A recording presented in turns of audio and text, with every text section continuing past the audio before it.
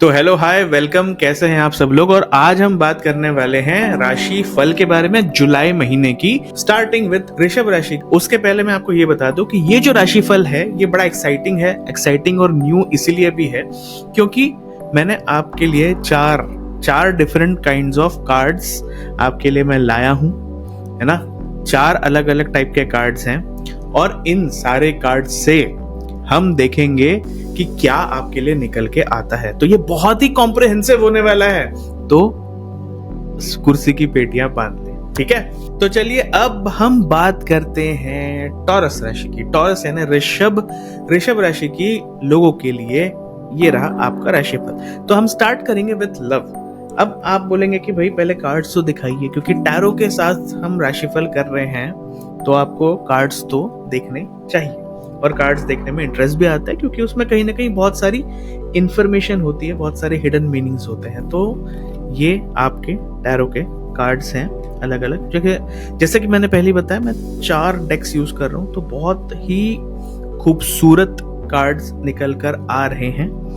और इन सभी कार्ड्स का क्या मतलब है ये मैं आपको बताता हूँ विद द रीडिंग। अब देखिए, जब हम लव की बात करेंगे तो मैं ये कहूंगा कि आपने ना एक्सट्रीम लॉयल्टी दिखाई है, आप एक्सट्रीमली लॉयल रहे हो। आपने ना कहीं सेल्फलेस, मतलब होता है ना कि अपने को भूल के सेल्फलेस डिवोशन के साथ आपने किसी से जो भी रिश्ता निभाना था वो निभाया है। अब क्या होता है ना, जब इस तरह की हम चीजें करते हैं, जब हम देते रहते हैं लेकिन हमें उसके अनुपात में, उसके हिसाब से, जब हमें उसके प्रोपोर्शन में जब हमें मिलता नहीं है, when we don't get things back, तो हमें ओवरबर्डन लगता है। हमें ऐसा लगता है कि हम ड्यूटीज, हमारे रिस्पॉन्सिबिलिटीज के कारण ओवरबर्डन हो गए। आपको ये भी लग सकता है कि कहीं ना कहीं आप टायर्ड हो गए हैं मतलब आप टायर्ड ऑफ प्रूविंग योरसेल्फ हो गए। समझ रहे हैं कि मतलब खुद को प्रूव करते करते थक गए हैं। भाई कितना प्रूव करेंगे कि कितना प्यार है, कितना प्रूव करेंगे कि कितना विश्वास है। थोड़ा सा आप भी तो करिए सामने वाले, है ना। थोड़ा सा सामने वाला भी कर ले हम पे विश्वास और हमारे प्यार पे विश्वास, ताकि हमें थोड़ा हल्का, बेहतर, बैलेंस्ड महसूस हो सके। अगर हम हेल्थ की बात करें तो हेल्थ में मैं आपसे एक ही गुजारिश करूंगा कि थोड़ा सा ना आप रेस्ट लो, ना कि सिर्फ फिजिकल बल्कि मेंटल रेस्ट। यानी अपने दिमाग को और अपने शरीर को थोड़ा सा आराम, दोनों चीजों को आराम। दिमाग को आराम कैसे दे सकते हैं? मेडिटेशन कर सकते हैं, योगा कर सकते हैं, प्राणायाम कर सकते हैं। इन सब चीजों से दिमाग को आराम मिलता है। या कोई ऐसा हॉबी कर सकते हैं, हो सकता है ड्राइंग, पेंटिंग, या ऐसा कुछ आपको अच्छा लगता हो जो शायद पहले आप करते हो। गाना गाते हो, पहले आप करते हो, लेकिन अब क्योंकि हमारी लाइफ की भागदौड़ में हम भूल से गए, हमारी रिस्पॉन्सिबिलिटीज निभाने में हम भूल से गए, तो उस चीज को दोबारा शुरू करो, दोबारा एक मौका दो। तो वो चीज आपको वो देगी सुकून, वो आपको हैप्पीनेस, वो लव देगी जो आपको बहुत दिनों से मिसिंग लग रहा था। थोड़ा सा ना अपने साथ समय बिताइए। अब देखो, अगर मेडिकल साइड में चीजें जाएं तो मैं ये कह सकता हूं कि कहीं ना कहीं डायग्नोस्टिक इश्यूज भी आ सकते हैं। हो सकता है कि पीठ का दर्द, कमर का दर्द, बैक पेन, स्पाइनल कॉर्ड के इश्यूज, है ना। And in some cases stomach के इश्यूज, मतलब स्टमक डिस्टर्ब रहना, स्टमक में कोई इशू आना, कुछ खाने पीने की वजह से प्रॉब्लम हो जाना, या कुछ ब्लोटिंग या इस तरह से हो जाना और फिर खाना पीना जाना ही नहीं, मतलब किसी तरह खाना हो ही नहीं पा रहा है, खा ही नहीं पा रहे कुछ, है ना। तो इस तरह की प्रॉब्लम्स हो सकती है। थोड़ा सा अपने बच के चलना है, थोड़ा सा अपने आप को संभालना है, ठीक है। इसीलिए पहले कह रहा हूँ, थोड़ा सा रेस्ट लें, इस महीने रेस्ट लें, जुलाई में थोड़ा सा रेस्ट लें, ठीक है। करियर एंड बिजनेस या मनी की हम बात करें तो देखो, ये जो टाइम है ना आपका, ये जुलाई का टाइम आपका मनी मैनेजमेंट का टाइम। आपको मनी मैनेजमेंट में जितना मेहनत और जितना टाइम और जितना ध्यान देना पड़ेगा वो सबसे ज्यादा होगा।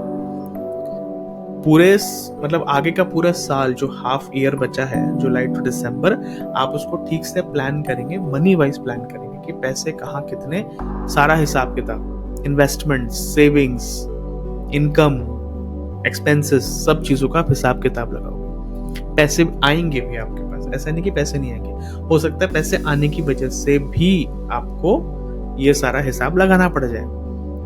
तो मनी के हिसाब से ये चीज़ बहुत अच्छा है। करियर बिजनेस में भी अच्छा चलेगा, पैसा अच्छा आएगा आपके पास।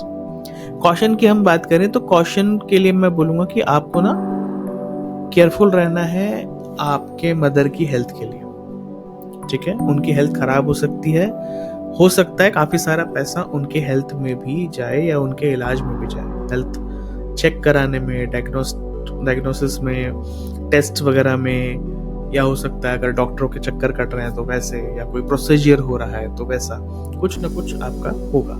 और ये 20-25 जून ऑनवर्ड्स स्टार्ट हो जाएगा, ठीक है। 20-25 जून के बाद आपको दिखेगा कि हाँ ऐसा हो रहा है।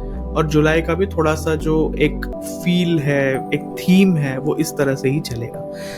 अगर कोई रेमेडी की हम बात करें, स्पिरिचुअल रेमेडी की हम बात करें, तो आपने ना डिवाइन फायर को इन्वोक करना है। अब डिवाइन फायर को इन्वोक कैसे करना है? जो हमारे अंदर की जो फायर होती है, हमारे अंदर जो एक क्लेंजिंग फायर होती है, क्योंकि आप जानते होंगे ना कि हमारा जो शरीर है ये 5 पंच महाभूतों से बना है, 5 एलिमेंट्स से बना है, 5 एलिमेंट्स। तो ये 5 एलिमेंट्स कौन से हैं? एयर, फायर, वाटर, है ना, अर्थ एंड स्पेस। तो ये जो फायर वाला एलिमेंट है ना, ये आपको इन्वोक करना है, डिवाइन फायर इन्वोक करना है अपने अंदर, ताकि ये आपके नेगेटिव कर्मास को बर्न करे। अब नेगेटिव कर्मास आप बोलेंगे भैया मैं तो कहा नेगेटिव कर्मा, हम तो कोई नेगेटिव कर्मा नहीं करते। तो नेगेटिव कर्मा यानी जैसे कि मैनिपुलेट करना, कहीं ना कहीं कुछ ना कुछ ट्रिक्स खेलना। हो सकता है आपने कोई ट्रिक खेली हो सकता है आपने किसी के लिए कुछ गलत कर दिया हो सकता है आपने किसी के बारे में कुछ गलत अफवाह कर दी हो, अफवाह फैला दी हो। तो ये जो है ना, ये सब आपको, मतलब अगर आप इसको ठीक कर सकते हैं तो ठीक करिए, अगर ठीक नहीं कर सकते तो कम से कम सच बोलिए, ठीक है। अब जिनका ये नहीं होगा, क्योंकि सबके लिए तो एक ही चीज नहीं होती है, किसी के लिए एक चीज होगी, किसी के लिए दूसरी। तो जो दूसरे टाइप के लोग हैं, उन्होंने ना, हो सकता है कोई लोग बोलेंगे कि भाई हम तो बहुत संत हैं, हम तो बहुत अच्छे हैं, हमने तो कोई मैनिपुलेशन नहीं किया, हमने तो कुछ गलत काम नहीं किया। तो आपका प्रॉब्लम क्या है? जो आपने नहीं किया वो ये है कि जैसे आपने ना अपने दिलों में बात छुपा के रखी है, वो बताई नहीं है बाहर। तो आपको वो दिलों की बात, वो दिल की जो बात है, वो जो अंदर छुपा रखा है ना, वो चीज़ आपने बाहर निकालनी है, वो चीज़ आपने बतानी है। जब आप ये चीज़ करेंगे आपको बहुत ज़्यादा हल्का महसूस होगा। और जब आप ये चीज़ें बता देंगे, निकाल देंगे, तो आपको डिवाइन, वो जो कहते हैं ना कि जो क्लिनजिंग सी महसूस होती है, जो डिवाइन ब्लिस, पीस महसूस होता है, वो सब आपको महसूस होगा।